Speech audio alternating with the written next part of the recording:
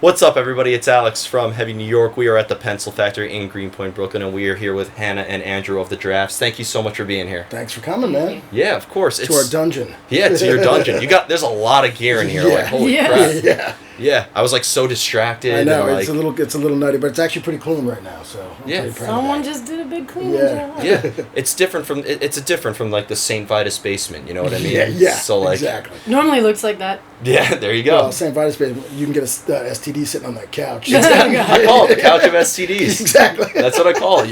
Has somebody been telling you that line? No. Oh wow. Really? So we're same brain. Same brain. Nice. I like where this interview's going on. Yeah. But Flower of the Cosmos, your newest record, which came out this past summer. Do you just want to talk about like how the songwriting process was going, the making of the record, the recording, and all that fun stuff? All right. Do you have anything on it? Oh my god, I came in late. Yeah. She came in late. I actually came in during their pre-production, but they were just about to go into the studio. Yeah. So, yeah. Well, the cool thing is we've been writing this record for a while, and the person who played bass on the record was Josh Taggart.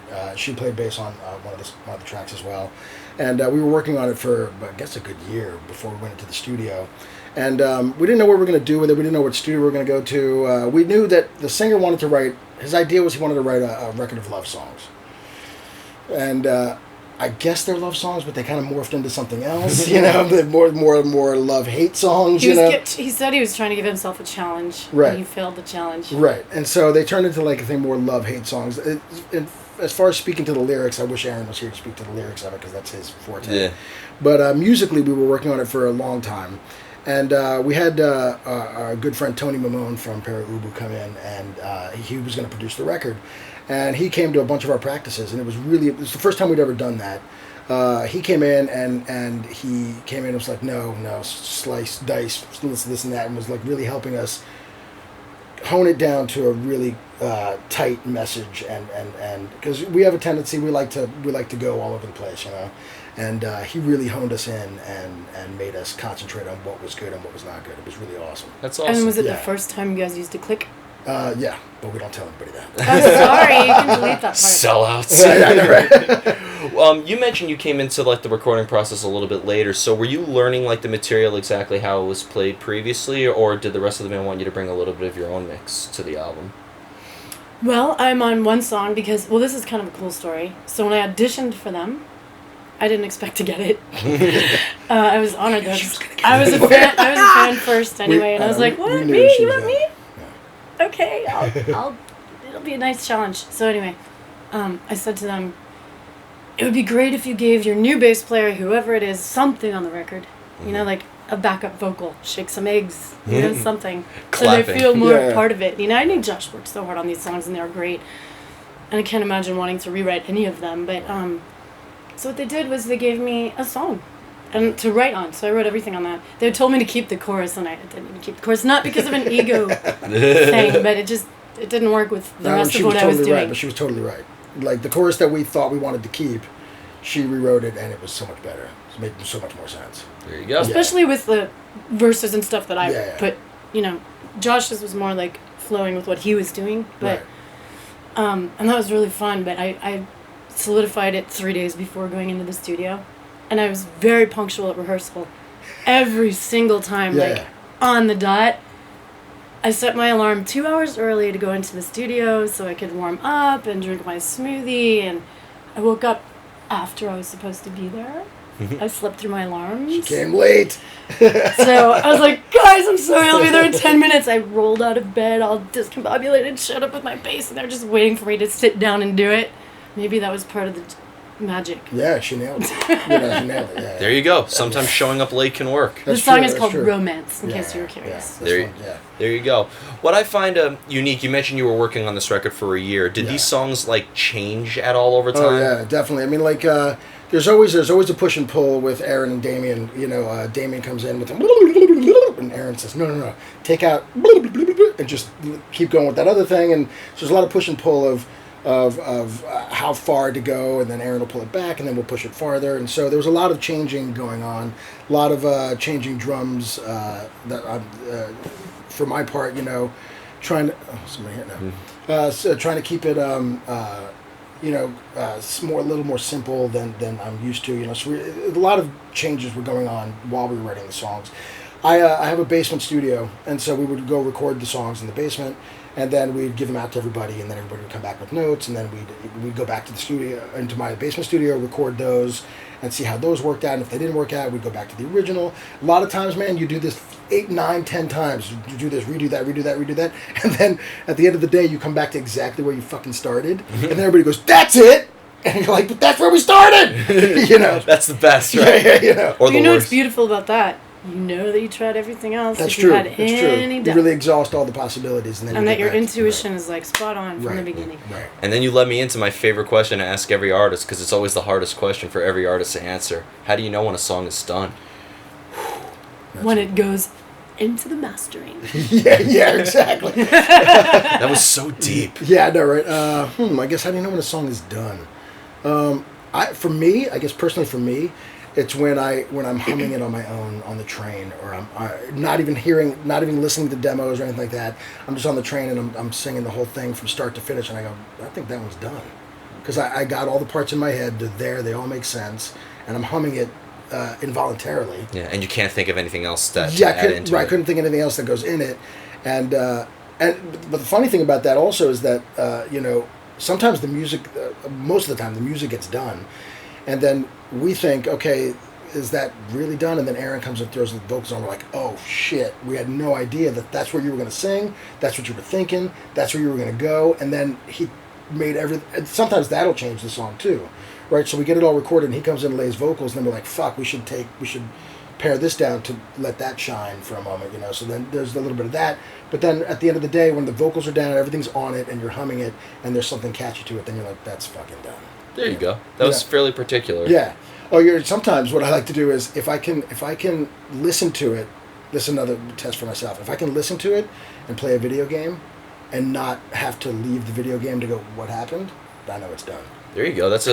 Video games are a fairly useful tool. Yeah. There you go. Because if it doesn't disrupt my video gaming, then I know it's done. You a Zelda fan? No, my son is though. Okay. Yeah. Fair enough. I think what I was playing at the time was some sort of NFL Blitz or something. Okay, completely different from what I was. I thought this was going to be a good video game discussion, but let's just move on to the next question. When it comes to playing your material live, though, do you both try to execute it exactly how it sounds on the album? You try to improvise and... No, not even improvise. I think you want to answer or not? Well, there's two different answers to this. Yeah, true. For us, I think for years as a band, our goal is to get on stage, have a goddamn good time, because if we're having a good time, you're having a good time. It doesn't matter if the song is exactly the way it was fucking recorded. If we're up there and Hannah kicks Damien in the balls and he misses a note, that's what happens. But that's fun, and sometimes does that happen on stage? Well, we do get in each other's way, that's for sure. That'll definitely sell tickets if you advertise Well, yeah. I mean, we like to have a good time, and one of my favorite moments. It was probably my second show with them.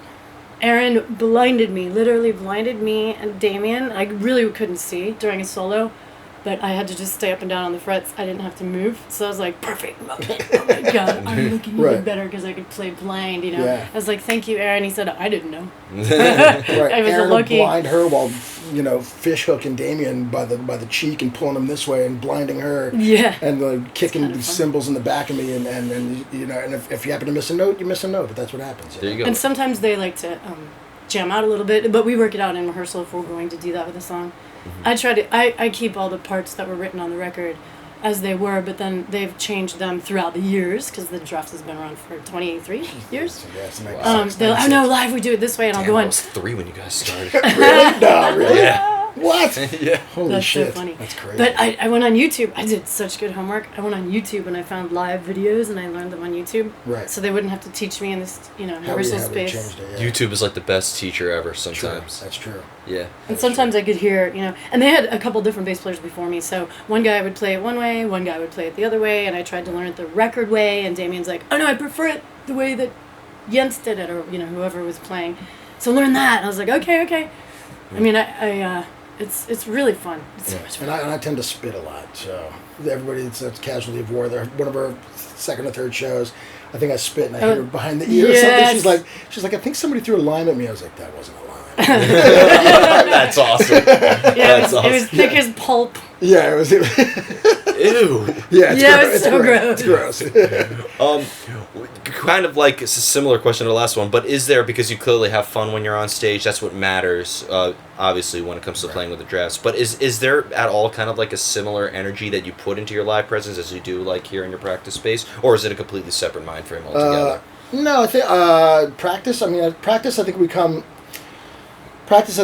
here to keep our muscles in check, so that when we get on stage, we don't have to think about shit and we can go crazy. That's like the whole purpose. Like we come here to get the muscles in action, so that we can just beat each other up, jump off of things, and still, get done. We're gonna get done. For instance, I think early on we went to Laramie. We were playing a show in Laramie, Wyoming. Some big fucking dude, 200-pounder Mohawk dude, who dives right into Hannah, right head first, boom, right into her bass. Knocked me over. I'd stop playing for a minute. I mean, there's nothing I could do. Yeah. So it's like that's gonna happen, and so knowing that we're well practiced, then she can just pop right back up and get back in it.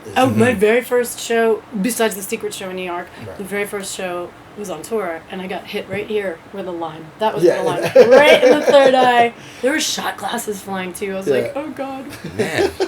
And I mean, when I'm listening to you, not to pigeonhole you, but it has kind of like a stoner, very laid back vibe to it. You guys sound like you're playing like hardcore matinees with Cro-Mags. Yeah, no, right. You feel like you have chicken wire in the front or something, It's like some octagon. Yeah, it's like the Blues Brothers. Well, I don't know how many records you've listened to, but is Flower of the Cosmos the only one? That's so far, yeah. Early on, it was crazy. So they say 7 studio albums. There are 8 studio albums, but in total there are 12. I did my homework. I wanted this gig so bad. And each album has a little bit of a different vibe. One of them's kind of surf punk. One of them's super like right? Yeah. Spaghetti like Western. Fear. Yeah, very spaghetti. There's some even like kind of shoegazy psychedelic stuff. Some of those in Ruled. Yeah. So it's really cool because it's not all. This is our poppiest. Their poppiest. Yeah, you're I mean, I am a band member and I feel a band member and I love it. Yes. But it's the poppiest record they have, I think. Yeah. And it's great. I'm not saying anything negative or positive. It's just I think it's the most well put together record we've done. Well, you are an experimental band. Like it's like people like to associate a new band with any genre on the periodic table of metal subgenres. But I feel like you guys like to try new things. You don't try to sort of maintain a certain formula. No, definitely not. No. True. Yeah, and that just can't happen because I think. Because of the personality, I wish the other 2 guys were here, but the personalities in the band won't allow that to happen for us to just keep doing the same thing over and over again because, Damien will go off and listen to Turkish psychedelic for 6 months and then come back in with all these Turkish riffs, and Aaron will go listen to like some, industrial noise rock for, 6 months and come in with that kind of attitude, and, you'll listen to your thing, I'll listen to my thing, we all come in with a different thing, and then we have to figure out how can we make this cake? You know what I mean? Which keeps it interesting. Does the inspiration from songwriting like come out of nowhere, or for each of you have to be in like a certain element or in a certain mode in order to like get into songwriting? Well, I would say there's a question for Damien because Damien writes. He comes in. He comes in with, I would say, a cornucopia of riffs, man, just like riffs upon riffs upon riffs. And some of them work together, some of them don't. Some riff that he played yesterday works better with a riff that he plays today. And then she'll go, do you remember that riff you played yesterday? Yeah, let's put it together with this riff. Or, sometimes he comes in with a complete song and it's done. Sometimes, Aaron comes in and says, no, hey, man, let's take this and do that for 12. And then come, so it becomes, it's a truly collaborative effort. There's no one guy saying, like, this is what's happening or this is what's going on. And it's truly... being pieced together as we're sitting here in this rehearsal spot, And sometimes, Damien will do something, and I'll play a really strange beat, and he'll be like, "You're fucking up my riff," and I'm like, "No. If you just listen, it matches with your riff. You just don't get it yet." And then, or he'll go, "Oh shit," and then that'll change his riff a little bit, and then so it happens that way. There you go. And the final question I wanted to ask you is, being a band from New York City, I mean, I ask every New York City band this, but, I mean, what is your take on the scene now with, like, a lot of, there's great hardcore bands, the hardcore legacy lives on, great newer bands. You were telling me about a bunch of, like, bands I haven't even heard of, and then, I was telling you about a bunch of bands you all never even heard of. I'd imagine, do you find it easier to kind of be in a band in New York City, or do you prefer to play outside New York to... Well, the scene. You go out. I used to.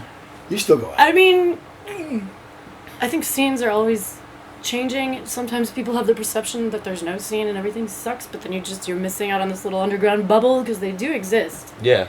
But in New York, it's also like completely infiltrated with so many people and so many bands and so much competition. It's kind of challenging to really get there. Yeah. It's super fun to play out of town, because if there's a little bit of a buzz, people, they're hungry for it, man. For stuff that's, you know, sometimes we get a little jaded here. Right. Well, you know, the funny thing about that is, like, sometimes, you know, I'll meet, or a friend of mine will join a new band, and I go, oh, cool, and then I'll go see it, and then I'll see all the other bands around that, and I said, I didn't even know this fucking scene existed. Mm-hmm, like, exactly. What is this about? You know what I mean? And it's a complete, and there's a crowd for it, and there's like, there's a thing going on, and it's, you know, it's a different kind of music that I wouldn't listen to normally, and then I'm like, wow, this is a whole fucking scene that I didn't even know about. Yeah. So I think New York is cool that way. Yeah. That if well, you talk to like somebody from the outside looking in, you say that there's a happening New York City metal scene, they expect it across the George Washington Bridge, and all of a sudden it looks like Ozfest. Right, exactly. Yeah.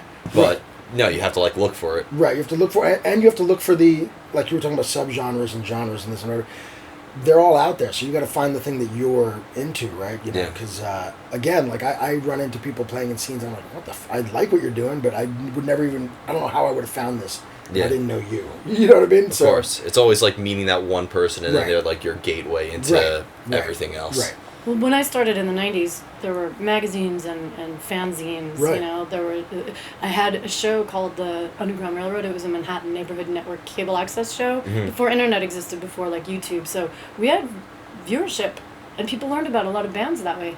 But now it's like 20,000 blogs and tastemakers and like playlists and playlists and all sorts of stuff. So it's easier to be exposed to something, but it's almost like you don't know where to start. And you don't know where to start. It's overwhelming. And it's a little bit less about your, like back in the 90s and maybe before that too, it's more about like, identify with this scene, and it becomes your identity. Maybe it is that way with the kids these days, I don't know. I think, you know, at least for me and people I know, it's just, I like this and I like that, and I'll go see both. And there you go. And there's so many venues in New York City too. There's like 17 big shows happening at once. Right. In all different scenes. Yeah. You know. Of course. And sometimes, you know, they're national touring bands at Gramercy Theater or Hammerstein, and then you have like 40 underground shows at the same time. Right. Yeah. I mean, I love the underground. I mean, I came from, you know, that was my whole thing was just, you know, I would sneak out of my mom's house and, you know, and go, whatever band was playing at that club, I didn't give a shit. I wanted to go see it, you know. So I hope that people are still doing that. You know what I mean? Oh, you'd be amazed. You know? You'd be amazed. All right, good. Yeah. So before we go, I want to thank you all so much for your time. Thank you, brother. Is there just anything else you would like to promote in terms of shows or even possibly new music? Oh, wait. Who's that? You got some. It's Aaron. Hello. How's it going? Well, we're playing the O Positive Festival this weekend. Oh, awesome. Yeah. Yes, Saturday at the Anchor at midnight. Saturday at the Anchor at midnight. And then, what else? What else, Karen? The 22nd, is that confirmed? Don't kick the can. I think so. 22nd. Oh, and then Sunnyvale? Sunnyvale, and then Vitus. November 22nd. November 22nd. And then Vitus in February. We're talking. More or less, yeah. More or less, yeah. Awesome. Yeah. Well, thank you. You just shut up. Got here Say hi. You can take my spot. I tried to do your love story lyrics justice, but I couldn't. When he asked me about I writing, have no idea what you're talking about. writing love songs. Oh, yeah. I tried. Oh. Damien. Then see, now everybody's here. Hold on. There you go. Hold on, big crew. Come on, take Come our on over place. here, come here. I'll give the outro as you all walk in. Yeah, there you go. Everybody, we are here with the Giraffes. Be sure to pick up Flower of the Cosmo if you haven't already. This is Alex from Heavy New York. We'll see you next time.